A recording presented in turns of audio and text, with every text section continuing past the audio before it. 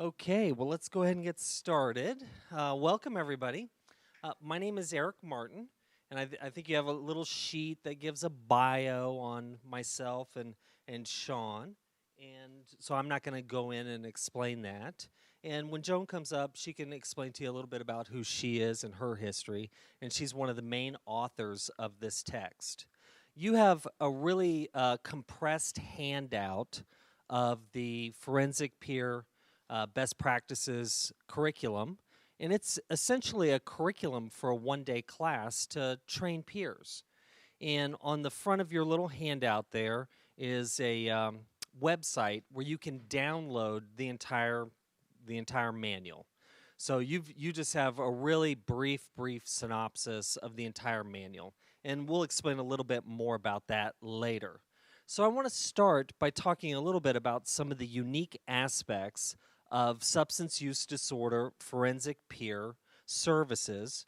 And then Sean and Joan are going to explain a little bit more about the curriculum and some of the best practices that are in the curriculum. So the first thing that I want to explain is that offenders with substance use disorders are unique, and research reveals that they benefit from forensic peer services. So, for example, this is looking at the IRIS Men's Forensic Peer Program in Washington County. Is anybody familiar with the IRIS Men's program? Okay. Is there anything you would like to say about the IRIS Men's program? Anything in particular?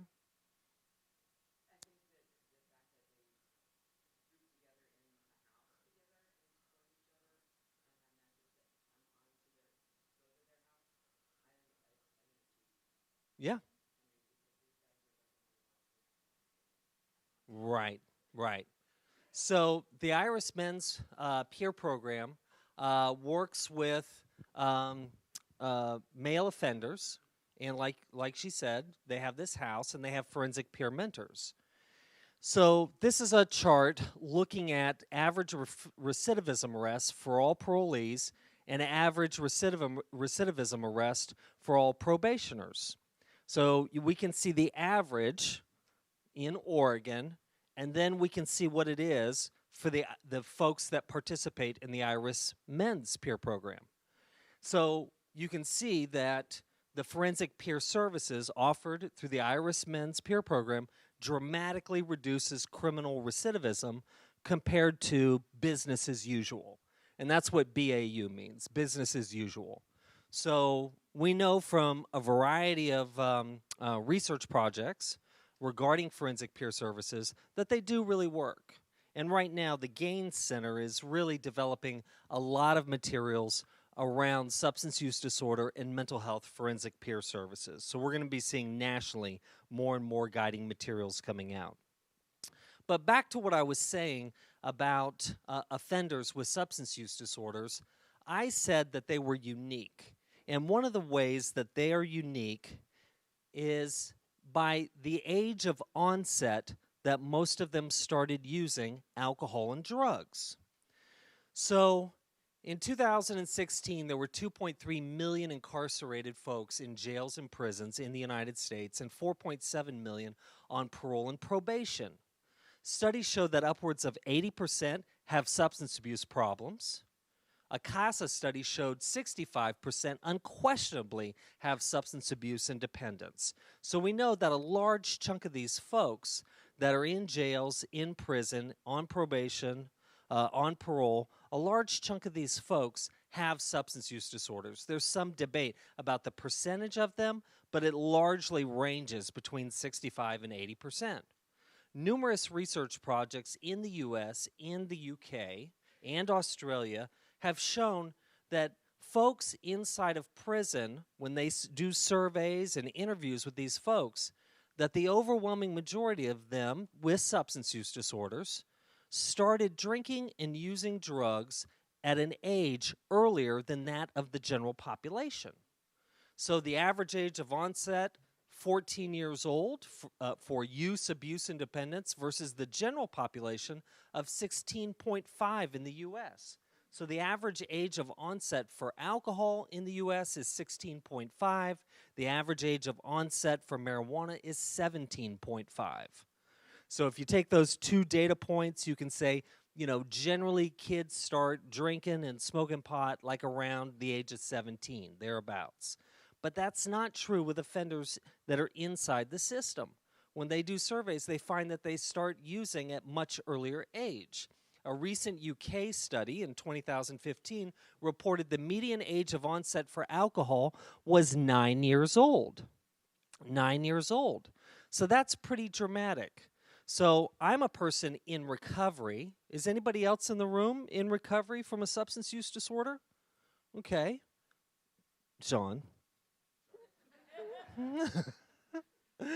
So I know for me, I was involved in the criminal justice system, and I started using when I was 8 years old. Any of you other folks in the room in recovery, would you care to share how old you were when you started drinking or using? 12 years old. 14. 14. 13. Right. Yes. 14. So a lot of us that are in recovery from addiction, from alcohol and drugs, a lot of us started using significantly younger than the average age of onset in the general population. And how many of you do alcohol and drug assessments? Who does alcohol and drug assessments in here? So we've got a couple people. And what are the average ages that you hear from your clients when they started drinking and using? Between 9 and 14. So this is what makes these folks unique. A 2013 study showed that repeat DUI offenders also reported first using alcohol at significantly early ages compared to single DUI offenders. So like a person that gets just one DUI compared to people that get multiple DUIs. Anybody in here a multiple DUI offender? Is that too much? Is that too much to ask? Okay, we already know when you started. When did you start drinking? 14, right. So multiple DUI offenders in research are more likely to have early onset alcohol use compared to single DUI offenders. A 2008 study of incarcerated African Americans showed that the onset of a substance use disorder by age 16, but not later onset, was associated with a 4-fold greater risk of adult incarceration for substance-related offenses as compared to no disorder. So this is the thread that we're now starting to see in research. So everybody click in on this. Europeans teach their children to drink responsibly from an early age. So you're going to click 1 for true, 2 for false. You want to point it at my laptop. Don't point it at this piece of fabric. There's no antenna inside this piece of fabric. The antenna is on the side of my laptop. I see the clicks coming in. I see them coming in. Everybody click. You guys in the back, you have to raise your clickers up. You can't click through people's heads and bodies. The signal's not powerful enough to penetrate the human skull and abdomen. Okay.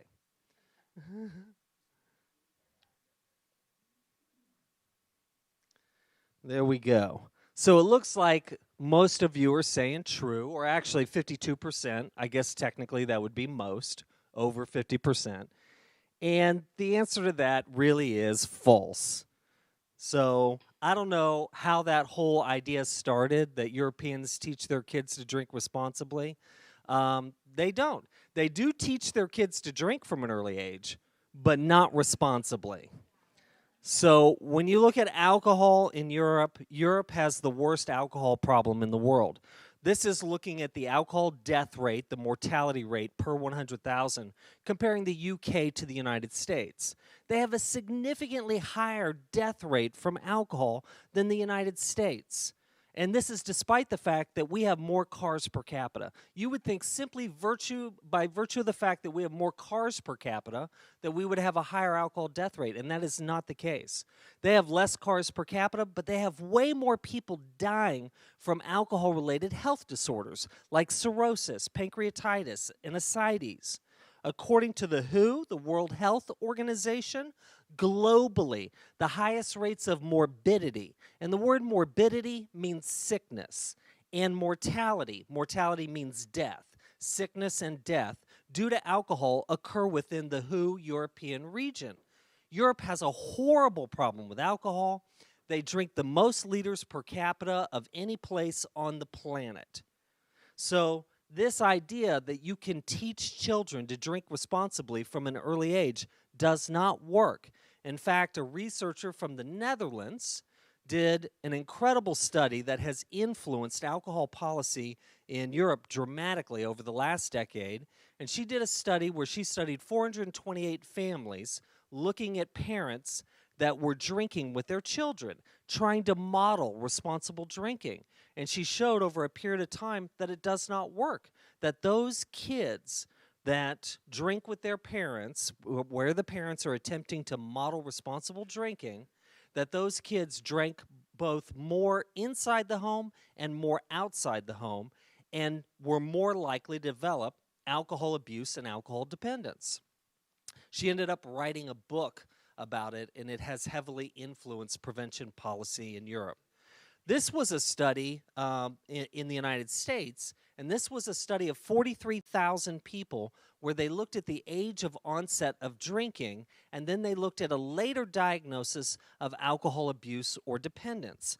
Of the kids that started drinking at the age of 13, nearly half ended up later developing a diagnosis of alcohol abuse or dependence. So the earlier somebody starts drinking, the more likely they are to develop an alcohol-related problem.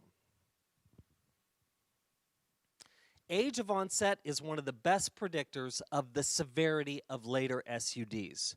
So a lot of folks inside prison are early onset substance abusers. They started using significantly younger. So does this create like a super addict or a super alcoholic? Well, if you look around the room at some of the people that reported that they started drinking at an early age or using, you might think that. But I don't know that it creates like some sort of super offender. You know, some people were saying that, well, these people start drinking using at an early age and it creates some sort of like super offender. I don't know that they're any worse than anybody else. It's just that maybe their addiction is just more hardcore. It's harder for them to quit. It's harder for them to utilize the supports that they need in order to quit. Think of it like tobacco. How many of you in here, either you were addicted to tobacco or you had a close personal friend or family member who was addicted to tobacco? It should be just about everybody in the room. Okay, on average, in the United States, people that are addicted to tobacco smoke 1 pack of cigarettes a day. That's about the average, 1 pack of cigarettes a day. But have you ever known somebody that smoked 2 to 3 packs of cigarettes a day? Okay, so is that person more dangerous than other people? You know, probably. Anybody in here, did you ever smoke 2 to 3 packs a day? Okay, were you more dangerous than other people? You know, probably not. But the person just has a more hardcore addiction compared to the overwhelming majority of folks that are addicted to tobacco. So it just makes it harder to quit. So this is part of one of the prevailing theories of addiction that is endorsed now by the federal government. So people have long speculated about what causes addiction. Why do people get addicted to alcohol and drugs?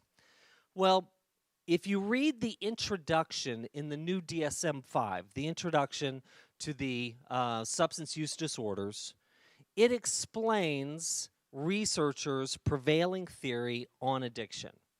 And basically, what they report in the introduction to the DSM-5 is that early onset substance use and other developmental problems, including trauma, interferes with development of the frontal lobes, where impulse control is housed. So when people have an interruption in the development of the frontal lobes of the brain, that's where the brakes are. That's where our impulse control is. And it makes it significantly harder for people to put the brakes on. So the accelerator in the brain is the nucleus accumbens, the pleasure and reward center of the brain. The brakes are in the frontal lobe, especially in a part of the brain known as the orbitofrontal cortex. Now, we know from adolescent brain development research that the frontal lobes of the brain are one of the last parts of the brain to evolve and develop through a process called pruning and myelination. And if this process is interrupted, then people don't have the full capacity to put the brakes on. Now, people often look at addiction as a disorder of desire. Why does this person desire to use alcohol, drugs, gambling? Why do they desire it? Versus looking at it as a problem of putting the brakes on. We think, oh, this person, they have unresolved feelings. And if I could just help them resolve their feelings, then they would no longer desire alcohol and drugs. But this really discounts the influence that brakes have. Is it possible that a person doesn't desire alcohol any more than anybody else? They simply cannot control it. So there's an old saying in Alcoholics Anonymous that says, I don't have a drinking problem, I have a stopping problem. What does that mean? I don't have a drinking problem, I have a stopping problem. What does that mean? Yeah.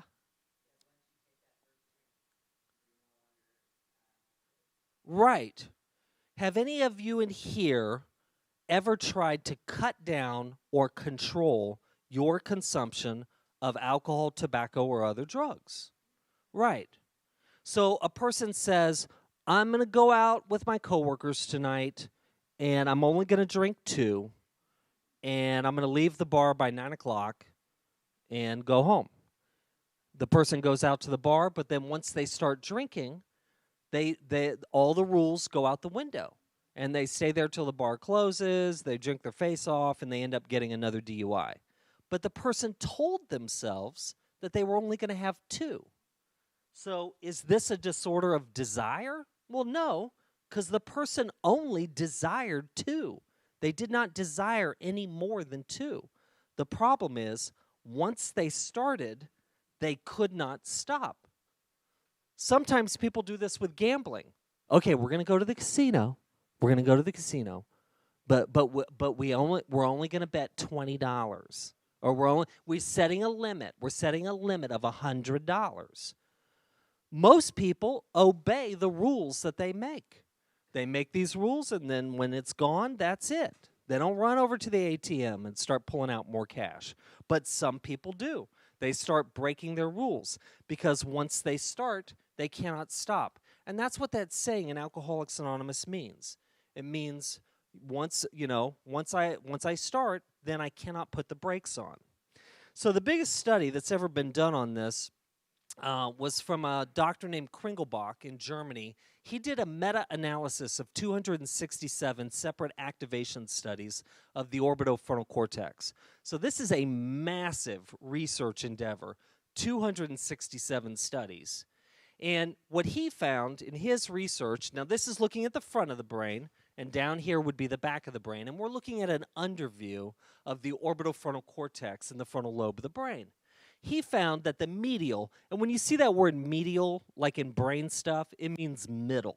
They always give, fancy names to stuff in the brain. So the medial or middle orbitofrontal cortex, he found that its primary function is to evaluate positive reinforcers from food, drugs, sexual orgasms, etc. Oh my God, Eric just said orgasm.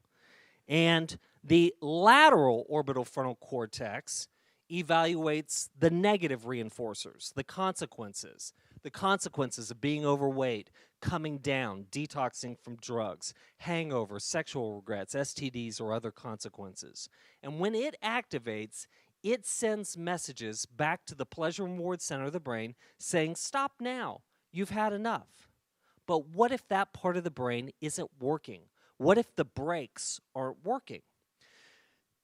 This is Alexis Shapiro. She's a morbidly obese child. And some people might look at Alexis Shapiro and say, oh my God, what's going on with this obese child? Her parents must not care. Her parents must not love her. This is poor parenting or child abuse, or maybe she has a mental health problem like bipolar disorder or poverty or something like that. She can't afford healthy food. She's just eating shitty food. Well, in the case of Alexis Shapiro, she was kind of a normal skinny kid. She had a brain tumor in the frontal lobe of the brain, and when they cut out the brain tumor, she lost her impulse control. She lost her brakes, and she could no longer control the amount of food that she was consuming. The brakes were basically taken offline. This is what we're now learning about addiction. So maybe you've seen brain scans by Dr. Daniel Amen. Okay. And in his brain scans, he has a lot of brain scans of substance abusers, and they all have this unique hallmark: low glucose metabolism in the frontal lobes of the brain, the part of the brain that says don't use, the brakes. So we know that a lot of times people do abuse alcohol and drugs because of their unresolved feelings, unresolved emotions. That those unresolved emotions or the inability to handle unpleasant emotions can propel people into using alcohol and drugs. That's all true. But we also have to think about the brakes, that sometimes a person doesn't have unresolved emotions. They just simply have no brakes, or it could be a combination of both. So we know the kind of stuff that we do to help people with unresolved emotions. You know, we do grief and loss and stuff like that, and all sorts of counseling and empathy, and we do reflective listening and help people process their feelings. But what do we do to help people with the brakes? What is stuff that we do to help people with the brakes? We've got the unresolved feelings thing. We've got that down. We do that very well.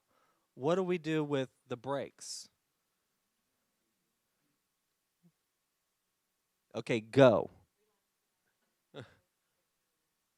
Relapse prevention. Avoid triggers. People, places, and things. Connection to others. Building a safety net. Exercise. Cognitive behavioral treatment. So what might that look like? What are cognitive behavioral interventions that are really designed to address the brakes as opposed to unresolved feelings and stuff like that, emotional drivers of substance abuse? Yes.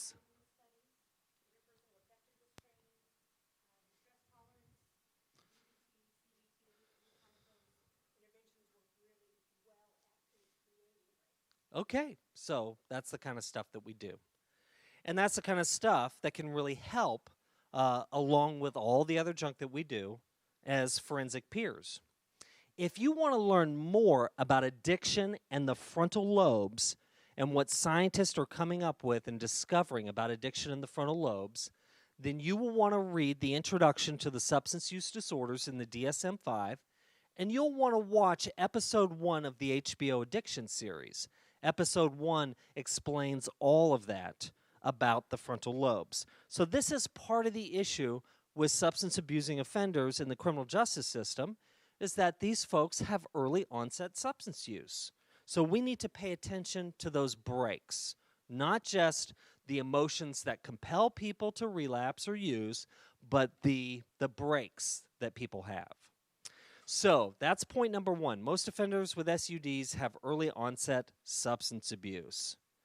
Today's forensic peers are not the peers of yesteryear. So this is not new. This concept, this idea of incorporating reformed felons into criminal justice rehabilitation is an old, old idea. And it goes all the way back to the 1950s and a program called Synanon. Who remembers Synanon? Okay, hold your hands up high. Yep. Okay. What do you remember about Synanon? Anything in particular?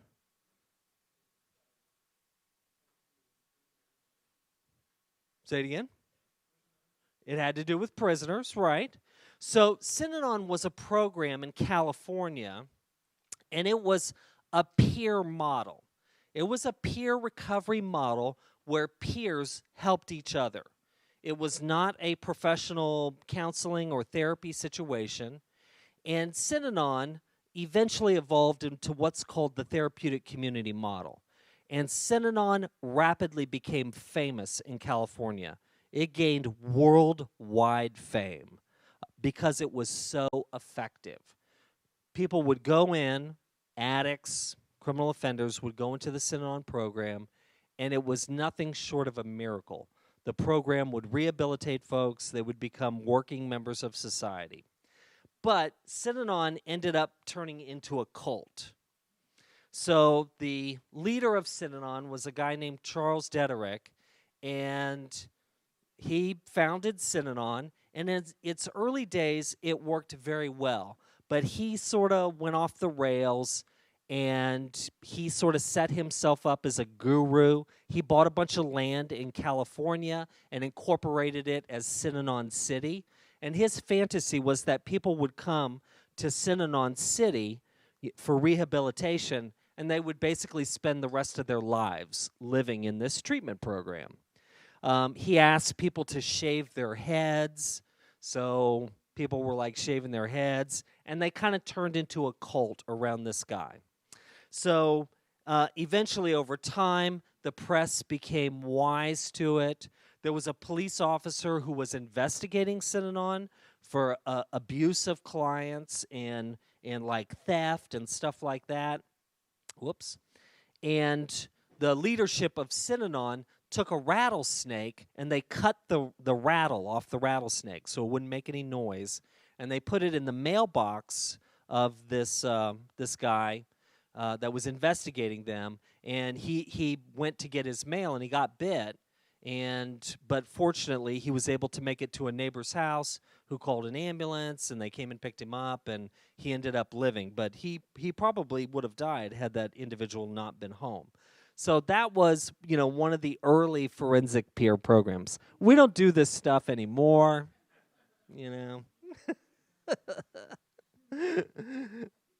Today's forensic peers aren't the same as the past. They're educated, they're professionalized, they're credentialed, and they're accountable. So these are some of the differences. In the old models of the 1950s through the 1970s, peers were all new in the recovery process. Clients were basically trained as peers. So they were all new in the recovery process. There was limited supervision. And the recovery process inside of these programs was kind of secretive. There was no standardized use of best practices and evidence-based practices. There was no prerequisite education or training. There was no certification and no public accountability. When people have a certification, if people file ethics complaints against that person, they can lose their certification. So that was the old peer model back in the 1950s to 70s.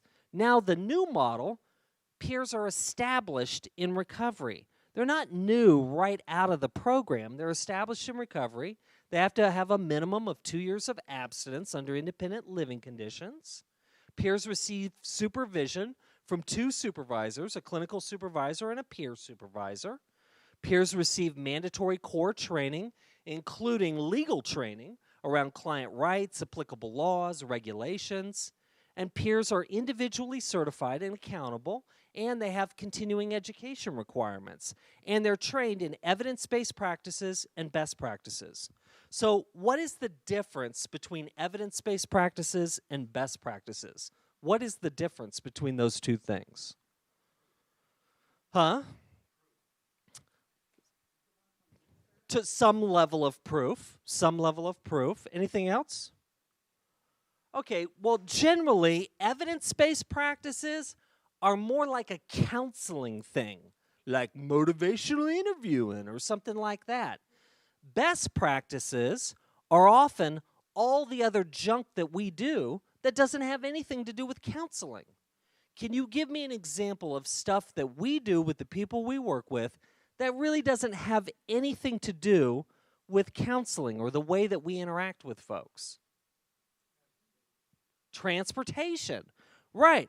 Transportation is a best practice. If you have a client that's homeless, helping them get housing, that's a best practice. If you have a client who's an IV drug user, referring them to public health for infectious disease testing, that's a best practice.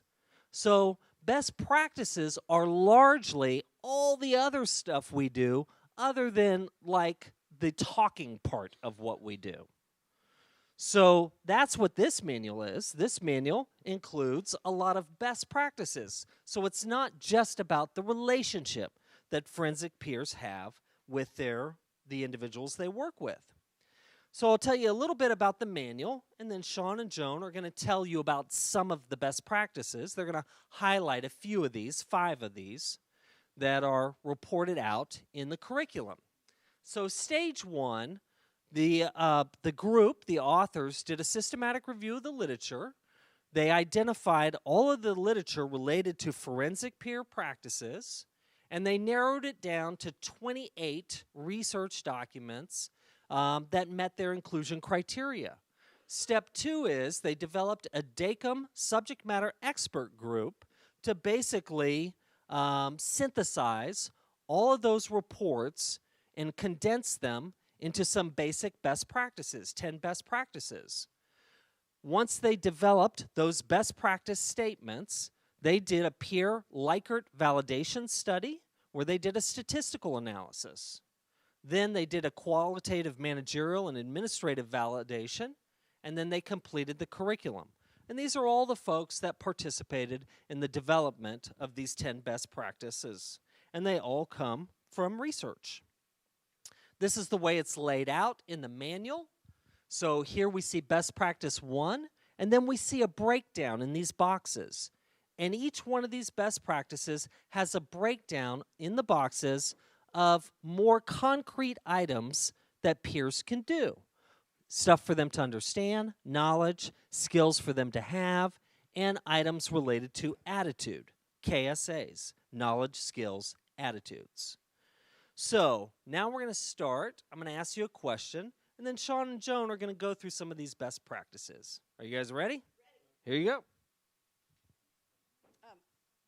Everybody click in on this question. Oh, okay. Forensic peers assist criminal justice staff by monitoring and reporting on compliance.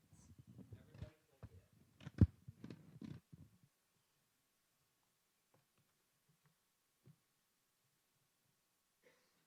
Sure, up your way. When that stops blinking, that means they stop clicking. When that stops blinking, I stop thinking.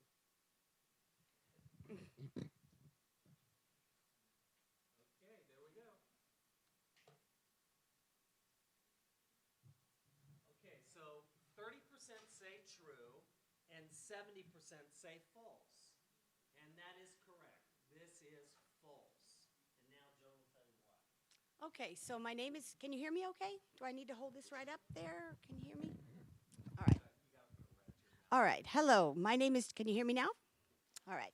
My name is Joan Ayala, and I co-authored this manual with Michael Rizavi, who's the co-director of ACBO. I wear a bunch of different hats. First of all, I want to tell you that I'm in recovery for both mental health, and I'm a peer for mental health and for addiction. I was, after 28 years of therapy and 28 years of psych meds, I've been off psych meds for about 9 years. I'm doing great. I've been in recovery the first time 19 years, relapse, and then this time it's been 10 years. So I'm also a forensic peer because I am a triple felon. So I have a unique way of looking at this peer issue.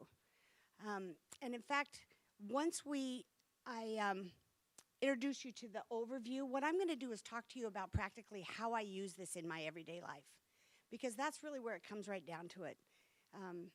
How I use this in the way I interact with clients every day. So could I have the little sheet so I don't have to read off the...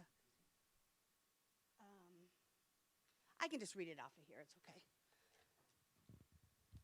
So best practice number 1, supporting positive engagement in the criminal justice system.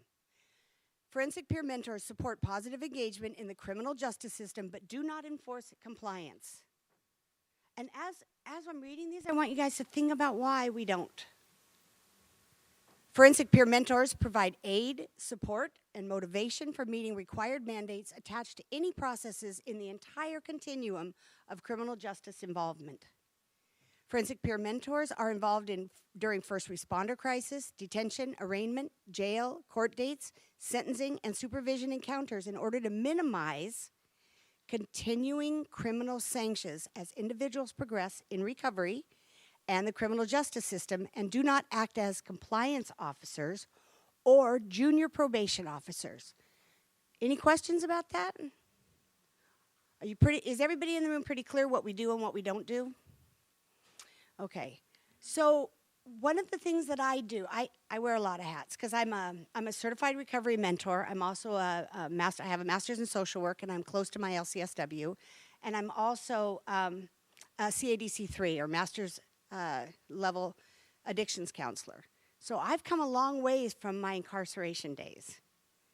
So one of the things that I do is I wrote a program for people in a rural community, Tillamook, that are felons struggling with chronic recidivism. So basically, these are folks that come out of jail or prison, are mandated into supervision for anywhere from 18 months to 3 years, and after 5, 6, 7, 8 years, they're still trying to complete their original mandate. I mean, are we familiar with these folks? Right. So I go in and I work. I'm a therapist. I'm a dual diagnosis therapist, but that is not the hat I wear when I work with these folks. I go in as a recovery mentor and as a peer. The reason for that is basically I know how to get through it. I've been there, I've done it, I've tried I know what works, I know what doesn't work, not in every single category, and I'm still learning. But I made it through, and I got out the other side, and I got on with the business of building a life much better than the one I had when I was out running and gunning. So, like I said, I feel like I'm uniquely, and all of us who have this kind of lived experience are pretty much uniquely qualified to help others get through it. So one of the first things I do in this program I call Lowering Barriers. I meet with these folks every Saturday. We meet for 14 weeks. At the end of the 14 weeks, we have a big party, and we invite the POs, and it's pretty wonderful. We address addiction and lowering barriers of all kinds, of lowering resistance. But the first thing I do is introduce the concept of seeing POs as allies rather than adversaries. And it is such a shock to people to think, why would I want to have an ally for somebody? And I said, because number one, they own your butt. And there is no way that you can get around that. And screaming around or pulling at the collar or trying to pretend or hiding or doing all these things will do no good. They have absolute power over you.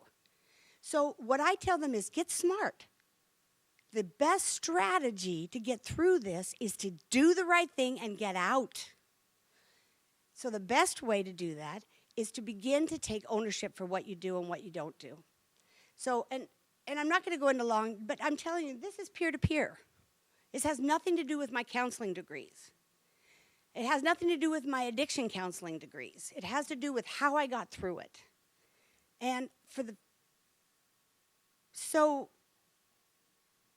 let me just back up and say that the reason, and I don't have to go into a long, this is just one thing. We do for 14 weeks, I give them tips and tips and tips and tips, and how to do the right thing and how to change their paradigm of what they're involved in. But the reason I can do it, let me tell you, the reason that they even listen to me is because, one, it's an alternative to clinical counseling that they're mandated into. So Tillamook Probation and Parole has allowed me to do an alternative program. So if they're sentenced and mandated into drug and alcohol counseling, they get to do my program instead, which is pretty amazing. But the reason I even can enter in with these people is because I have cred. And I have credibility. So I've been there. And I can tell them, this is how I came out as a triple felon and completed my probation in 12 months because I paid all my fees and did everything I needed to do. They let me off. And it was the head of probation parole in Tillamook that asked me eventually to write the program. So, opportunity everywhere. But if I didn't enter in as a peer-to-peer, I would have never had an opportunity to catch these guys. And they would never have trusted me to do what I do. Okay, so is everybody with me right now? All right. Does it make sense what I'm saying? Yeah. All right. So the other thing I do is that I work with defense attorneys to do in-custody and out-of-custody assessments, mental health and addiction assessments for use in pre-sentencing, pre-trial, and pre-release for active court cases. Now, here's the cool thing. My credentials allow me to do it, but it's my peer mindset that allows me to be so effective. When I go into the jail and I'm dealing with somebody who's stuck in either being held for indictment or is in somewhere in the process, the minute I let them know, I'm on your side, I'm a peer, let's get through this together, everything changes. Everything changes. There's no power differential between me and the person sitting across the table. I get information from these guys that attorneys can't get. To be honestly, I can talk to I know what the judge wants to hear, and I can play to that. I can't be unethical, I can't lie, but I can.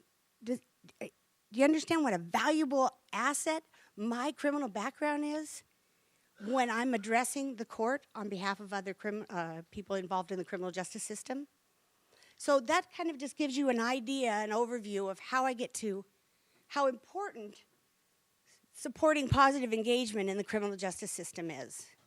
Do you think I really need to go into any detail about the point by point? One thing I would say, how many of you supervise peer programs? You supervise or administer? Okay, so one of the things to understand here is that forensic peer mentors are involved during first responder crisis, detention, arraignment, jail, court dates, sentencing, and supervision encounters, okay?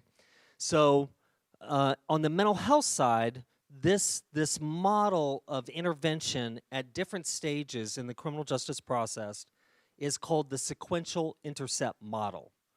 So if you have forensic peers at your program, you need to make sure that they understand the type of support that they're going to give at any particular stage.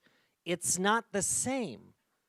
What you do with somebody at a first responder situation, in detention, or around arraignment is different than something that you're going to do with somebody when they're on supervision, when they're coming out of an institution.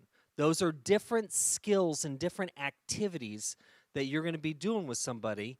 And so when you're working with forensic peers that you're supervising, you want to ask them, what experience do you have in all of the stages of the process within the criminal justice system? And if somebody says, well, you know, I never did that or I never had that, you say, okay, so here's some of the stuff that you need to know about that particular part of the process.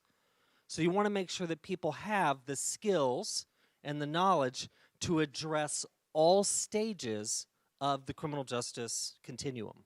So I'd just like to add that I'm just giving you an overview, but in my lowering barriers group, I do advise on finding employment. I enlighten them on educational opportunities, community supports, how to have clean and sober fun, which is huge for people in early recovery, how to know and use basic rights to ensure fair treatment on all levels. We do all kinds of interventions in each one of these categories. I just have the privilege of having this group of people every Saturday. Yes, ma'am.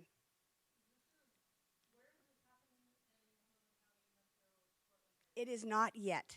This group is only in a rural community, Tillamook County. But there are forensic peers. There are forensic peers here. So I'm Jamie, do you have forensic peers? Yes. So MHAO, they have forensic peers. You want to say anything about that?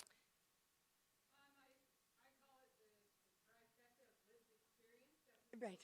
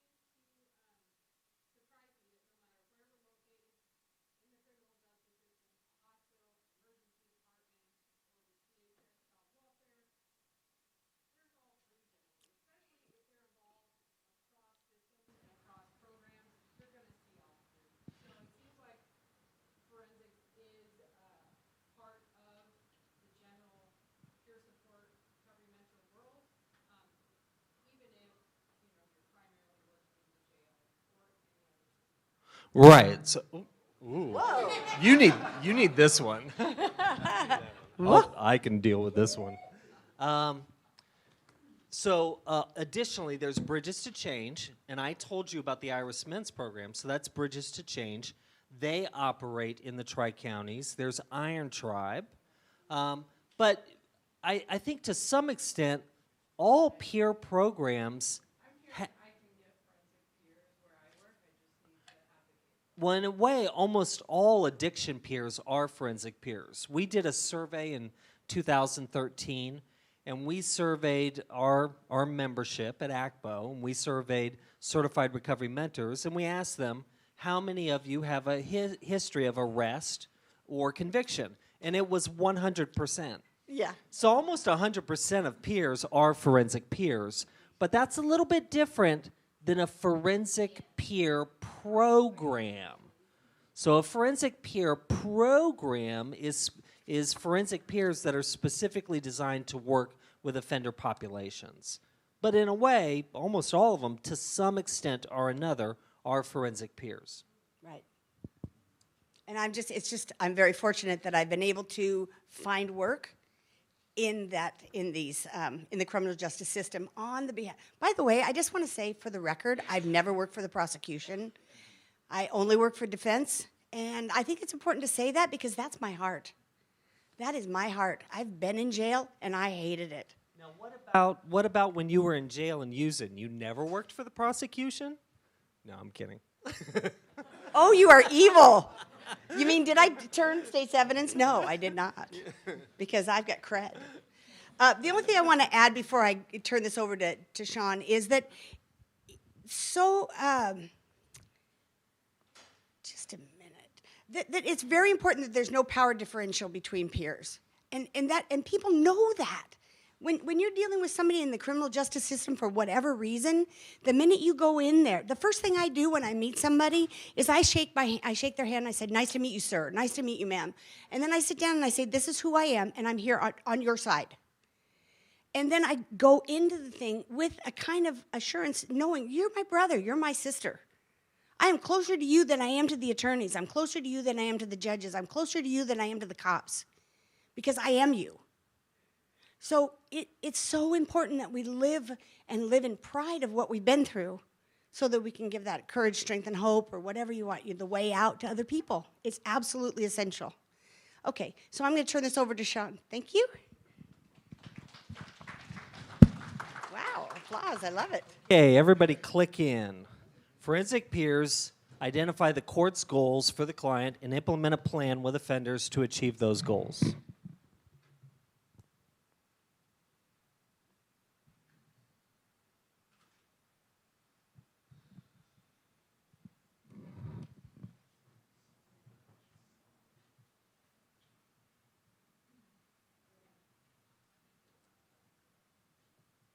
Okay, there we go. 66% say true. Well, this is largely false, and Sean will tell you why. Take it away. Okay, well, thank you guys for coming. I'm Sean Syrek. I am honored to be here and be able to speak to you guys, and I was also fortunate to be able to be part of this group that developed this best practice manual. Like Eric said, the point of this was to create the 10 best practices manual that would be used to train forensic peers. And forensic peer work is a subset of peer support, as we've talked about, specifically when we're dealing with peers in the criminal justice system. And I think we also decided that the DHS child welfare system would be considered part of the forensic peer work. So I by no means consider myself an expert in this work, and I wasn't one of the principal authors. That was Joan and Michael. But I have done this work for a few years now in Multnomah County and in Clackamas County. I see some of the people I work with that are forensic peers in the audience, and thank you guys for being here. So I just wanted to say a little bit about myself. a lot of the stuff that Eric was talking about in the beginning of the presentation applies to me. I started using and drinking at a really young age. I'm sure my brain looks a lot like the slides that he showed up there. But I started drinking and using with my parents, ended up in foster care at a young age, and I stayed in foster care until I graduated high school. And I do have experience multiple times in the criminal justice system. Actually, most of my arrests and incarcerations occurred in the Czech Republic. And I struggled for years to get clean from heroin. It was a very long and hard struggle. And when I came back to the United States, I was sort of fortunate in a strange way that when I became involved in the criminal justice system here in Oregon, in Clackamas, I think I was really in the right place at the right time to succeed. And I also had some help from an amazing forensic peer mentor. Although he wasn't being paid, this was someone who was doing the work naturally and doing the work so well that it would have been considered great work if he would have been paid top dollar. I see him back there, Elmer Morris. I just want to say thanks, Elmer, for the help you gave me back then. But so that's a little bit about me. I also had my daughter in foster care, and now I'm a single parent, and so I experienced the DHS system like as a child and also as a parent whose child was placed in foster care. And like Eric mentioned, I'm a forensic peer, and I've experienced pretty much every stage of the criminal justice system except for prison. But I've certainly experienced incarceration. And so I just wanted to tell you a little bit about myself. And we would like to be able to talk about all 10 best practices that we came up with, but we just don't have time to do that today. So I'm just going to talk about best practice 5 a little bit, enlisting individual needs and goals. So forensic peer mentors help individuals assess their own needs and provide them with referrals to appropriate community resources. While forensic peer mentors support individuals in finding their own pathways to recovery, they are also sensitive to the directive nature of the criminal justice system and the child welfare system, including the ASFA Act. So peer support is client or person directed. That's super important to understand. So as a peer support specialist, I'm never going to be coming up with what a person needs to do. They need to come up with that on their own. But at the same time, when you're dealing with people in the forensic system, in the criminal justice system, those people, they have directives that are not set by me, but they're set by the court and by their POs and all the other people in the system. And if they don't follow those, they're almost entirely likely to be in a position that they do not want to be in, which is back in jail. So although we help people navigate this difficult system, and it is very difficult, just like the mental health system and many other of these systems that people are involved in, we help them navigate through this based on our own lived experience. But we're not telling them what to do. We're not telling them what they have to do. Like Joan said, peer support is really founded on this concept of mutuality. That's why we are not compliance officers. So if I need to do like a mandatory reporting type situation, I'm going to do that. But I'm not going to be somebody that's going to the court and reporting on everything that they're doing and what they're doing right, what they're doing wrong. I'm acting more, as an advocate for that person. And at the same time, I think I have the same hopes and goals as the court, which is to see that person get clean and meet these mandates and move on with their life, whatever that means for them. So I think one of the reasons I've been successful as a peer in the criminal justice system is because I've always live by this. I want to know from the person, you know, what their hopes and dreams are, what their goals are, and I want to help them meet those. I want to help them realize those in a way that's not going to conflict with their directives of the court. And I'm going to help them to understand how they might need to, I don't know if I should say like modify, or how they need to, you know, to act in order to get both things, which is, you know, meeting the goals that they have for their own lives, and also getting through the system, getting through probation and all these other things. So I think we have a video here, right? Do we? Not at that one. Okay. So do you guys want to say anything? I think it's important to add that peers really set themselves apart from the system as sort of an objective outside support system, because a lot of times clients see addiction treatment services as being part of the system. So I've worked in the treatment field for 34 years now in the state of Oregon, and a lot of times clients that are mandated to treatment services by the criminal justice system, they see treatment as just an extension of the criminal justice system, or they may not make any differentiation whatsoever. And in my personal experience, I have found this especially true of African American clients. African American clients, literally, when they walk in the door of treatment, to them, it's like this is all the same thing. So treatment, probation, parole, court, it's all one big machine. Mm-hmm. So a lot of times in treatment, you know, we see ourselves as very different than the criminal justice system or probation and parole. A lot of times the clients don't see it that way. They see us all as all one big machine, and there is no separation. There is no demarcation. Well, this is how peers set themselves apart, is that they're not really a part of that machine. They are separate. They are this outside objective support system. Thank you. Okay. So everybody click in on this. Forensic peers maintain professional boundaries and avoid personal self-disclosure regarding personal information.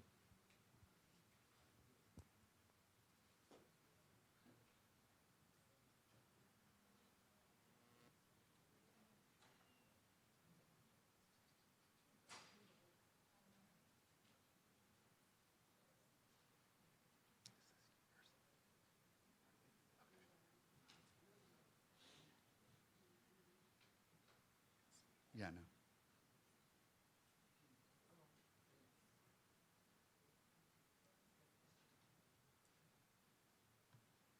no. Good. You guys got a C+ on that. Good job. Take it away. Okay, I'm glad that you guys got that one right for largely. So best practice 6 is inspiring hope and change. So forensic peer mentors act as credible role models to individuals transitioning from criminal activity to pro-social behaviors. Forensic peer mentors inspire hope and the possibility of positive change through appropriate self-disclosure of their own histories by consistently modeling recovery behaviors and being a continual role model in recovery from addiction and crime. I'll just try to be real fast here because I know we're crunched for time. But I think this is really, you know, just fundamentally what peer support is all about. Inspiring hope and change. I know that in the lowest time in my life, in late 2012, when my daughter had just been taken away by Child Protective Services, and I was being indicted on felony charges for possession of heroin, hadn't spoke to my parents in years and didn't really have anyone at all. This person in my life was not only like a close ally and support, but he inspired me because he shared with me that many years ago he had been convicted of a felony and had some of the same struggles. He'd been incarcerated before. So that was so huge to me. That was really a turning point in my life. Um, I hadn't really thought about, a person being able to turn their life around.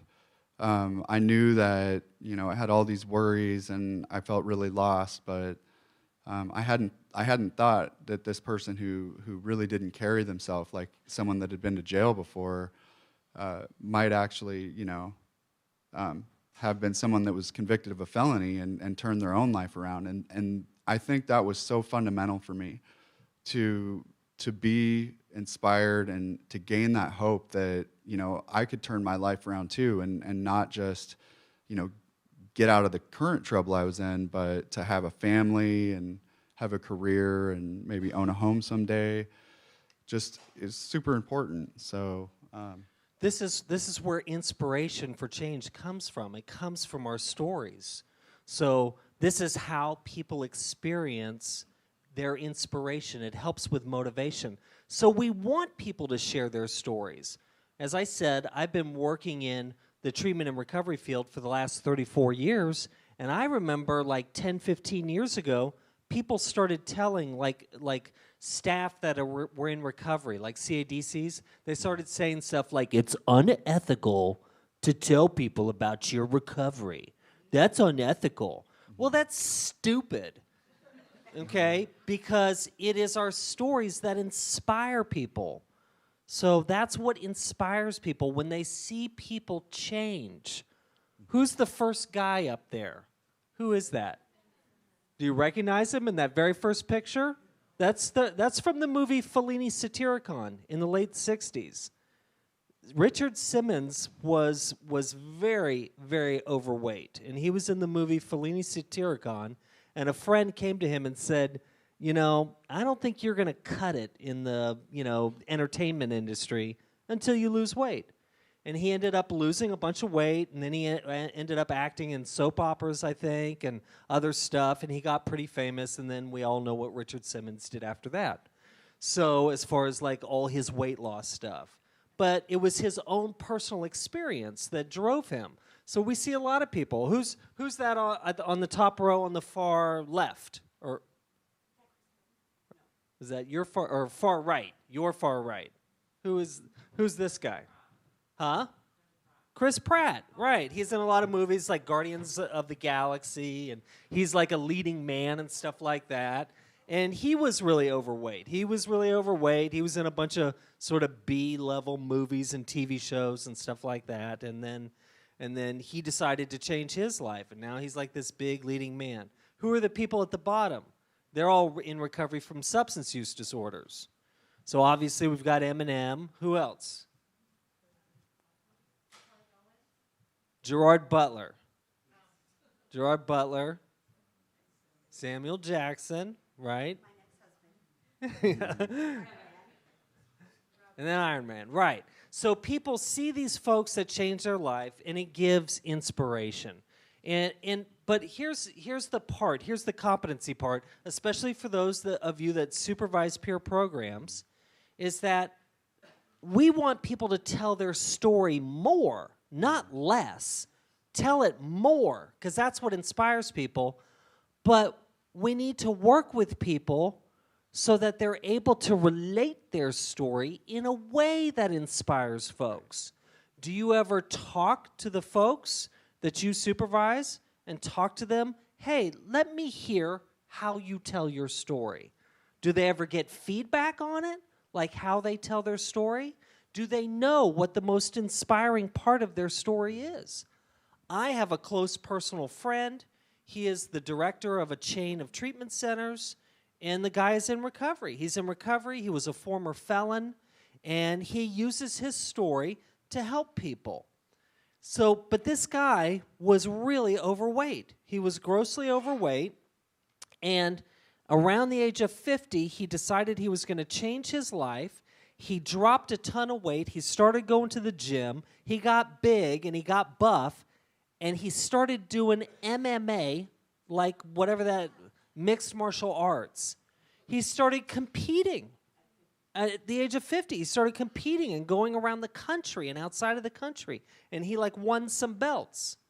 So he sent one of his staff people to one of my classes And we were talking about what a great guy he is. He's such a great guy. He's so inspirational. You know, he used to be like really overweight, and he lost this weight. And the staff person said to me, "Oh, I didn't know that. I didn't know that he was really overweight and lost all that weight." And I was like, "Oh, well, yeah." And then he called me up on the phone the next day, and he said, "Eric, I don't appreciate you telling people that I used to be overweight and that, that I, lost all that weight."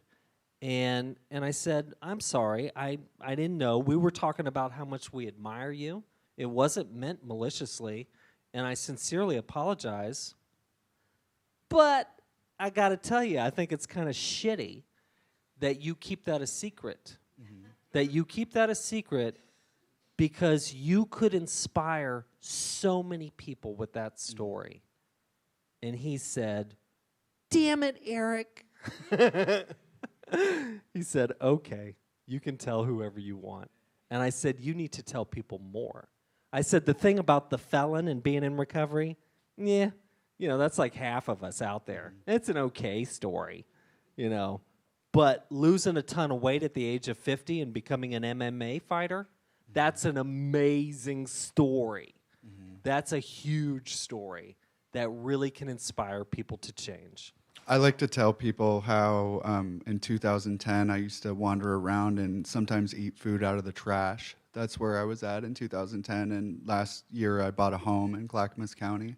So Yeah. now we have a video from Now we Janie. have a video of Janie Marsh. She's going to talk about inspiration.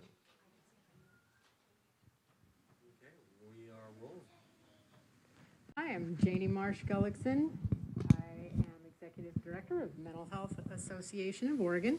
We're a peer-run organization, meaning that we all here have lived experience of mental health and/or addiction recovery, which also includes, for many of us, reentry from incarceration and criminal justice involvement.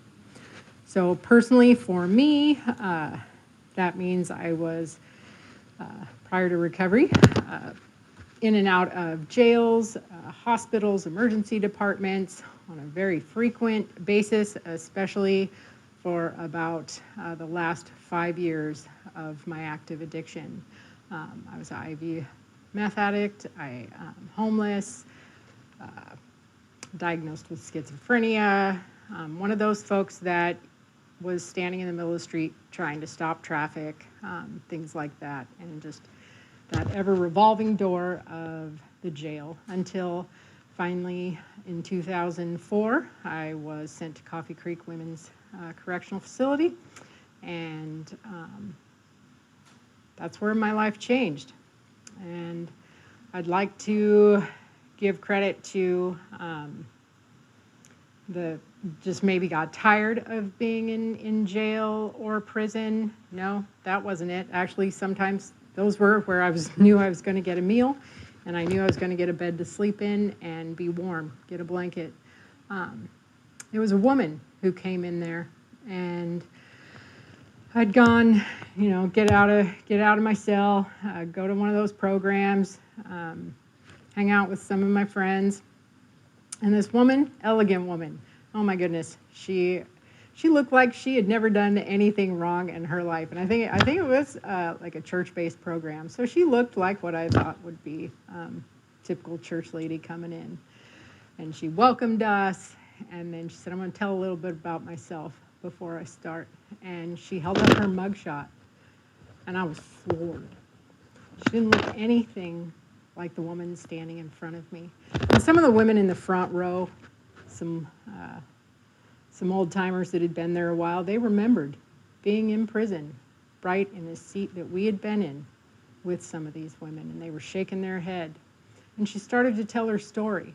And she had won awards. She had done so many things in those last 8 years that she had been free, that maybe to me that seemed unattainable, but what she did in that moment was give me hope. And that was a game changer.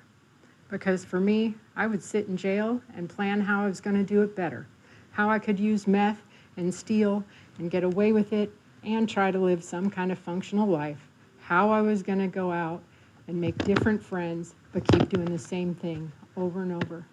And she inspired something in me that I hadn't had for decades, and that was that hope. Hope that I could maybe get a job when I got out, maybe have some circle of friends that didn't do the same things over and over. And with that hope, I was able to start my steps towards recovery and what that looked like for me. And from walking out of prison in September 2006 to now, I've graduated with a master's degree, and I'm running a peer-run organization, and they let me sign checks. Who knew? And that was all because someone inspired hope and shared it. Janie.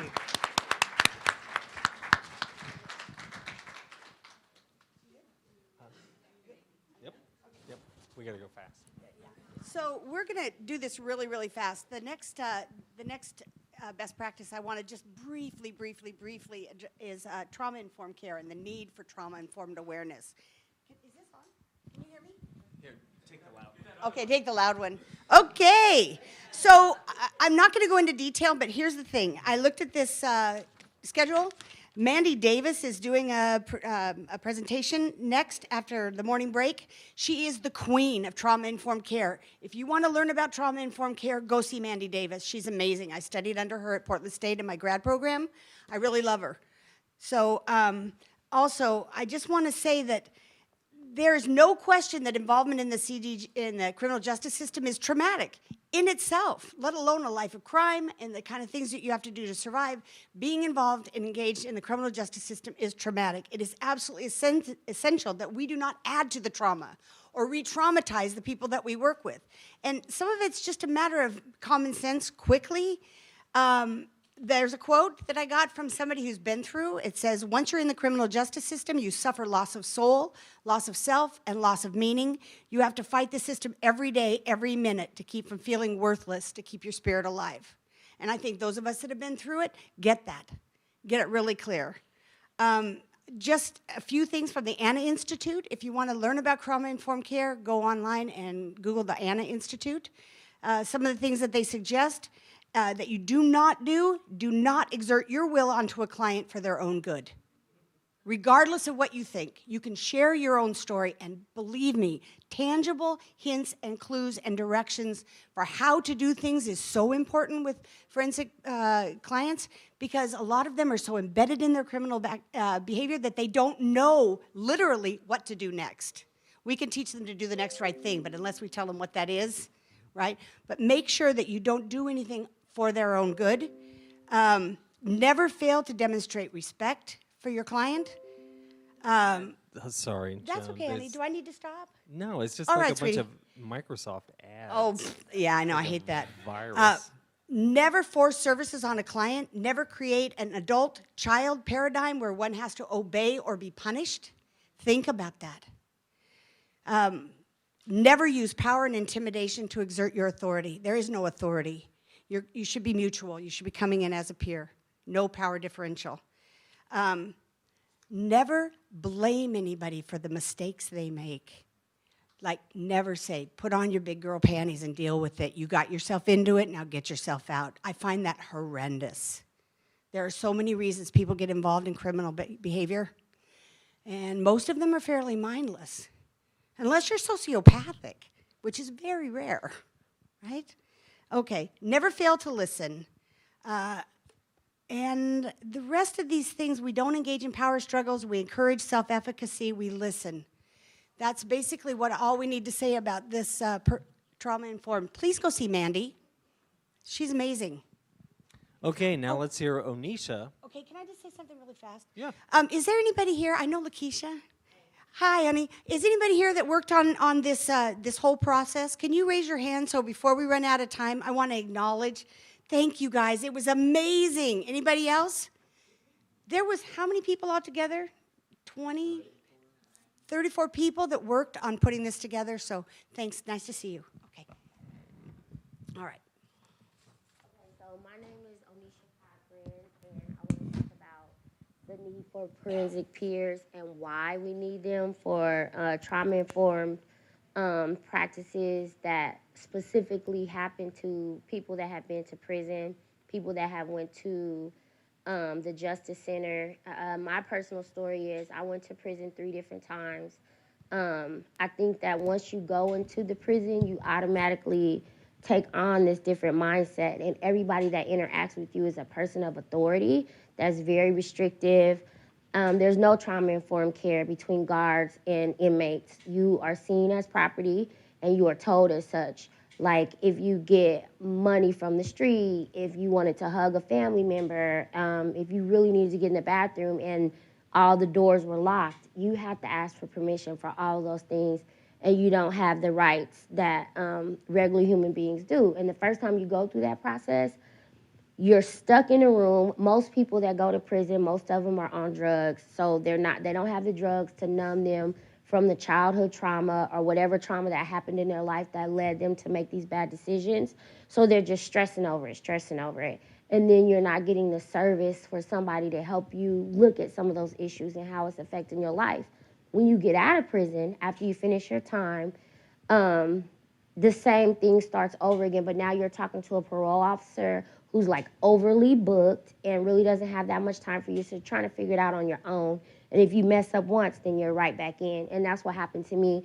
At the age of 18, I did 4 years. At the age of 23, I did 18 months, and I got out, and I was out for less than 30 days. And at the age of 24, I went back and I did 10 years. And so why I think forensic peers are important is because as a person that has done so much prison time and jail time, if I was working with somebody that came out of prison or jail, there's certain things that I would automatically know that nobody couldn't teach me out of a textbook, that nobody could share with me and help me understand better. I know they would be scared, no matter if they were the hardest gang member in the hood. After you've been confined for 10 years, 5 years, 3 years, when you get out, you're scared and you're overwhelmed and you really don't know what to do, and you usually have nothing. When I got out of prison, I had nothing but the clothes on my back. That's a huge, overwhelming thing to have to face. And I think forensic peers, somebody like me who experienced that and now has been out of prison for almost 7 years, I can walk somebody through what that would look like to help them rebuild their life and sit with that social anxiety, the paranoia, and the fear of being in public again. Because you have to remember that person hasn't been able to hug or cuddle or, people bumping into them. All those things mean something different on the inside. And that kind of knowledge is not something that's widely known. That kind of knowledge only comes from the lived life experience of actually having been in there. And also we represent somebody that they respect. When you have that prison mindset and you've been going to prison and jails, it's certain people that you respect and certain people that you will look at as they're square. I'm not going to listen to them. Even though I'm doing better and I'm living life pro-socially, I still carry myself as a person that somebody coming out of prison will look at and have respect for and listen to. And that's why I feel like forensic peers are important.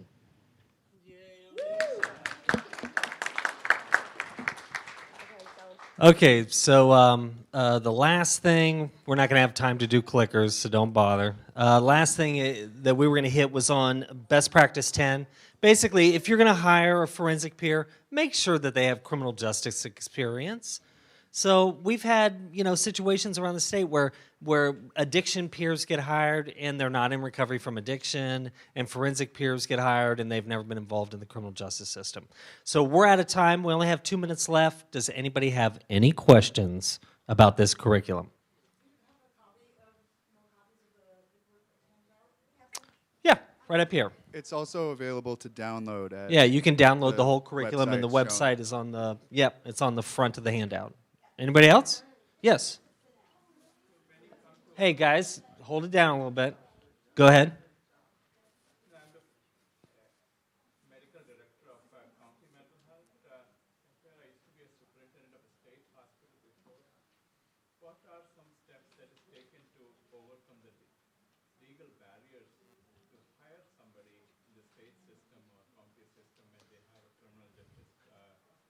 It's tough. It's tough. So we have had numerous legal battles over the years. He asked, what are some of the things that can be done to overcome the challenges of hiring forensic peers, people with criminal histories, because it's hard for them to get into institutions. And ACBO has been on the forefront of fighting this battle for the last 15 years, almost to the point that it's destroyed our reputation in some of the state departments because we fight so vigilantly. We've had rallies around this. So, what I can suggest is that you engage the system along with partners in fighting against criminal history prohibitions. Like for example, if I ask you guys, what crime has the lowest rate of recidivism? What crime? Murder, right. But murder is one of the exclusions. But yet, when people get out of prison for murder, the likelihood of them reoffending is almost nil. It's almost nil compared to all other crimes. So we should try and get rid of murder as one of the prohibitions. We should be able to take murderers. So we're not looking at this through the lens of science. We need to look at it through the lens of science and research instead of people's emotion. So, but I would say, we just have to keep up the fight. And, with computers and monitoring and all that stuff, it almost seems like the situation is just going to keep getting worse, not better. So we need to be vigilant. Yes.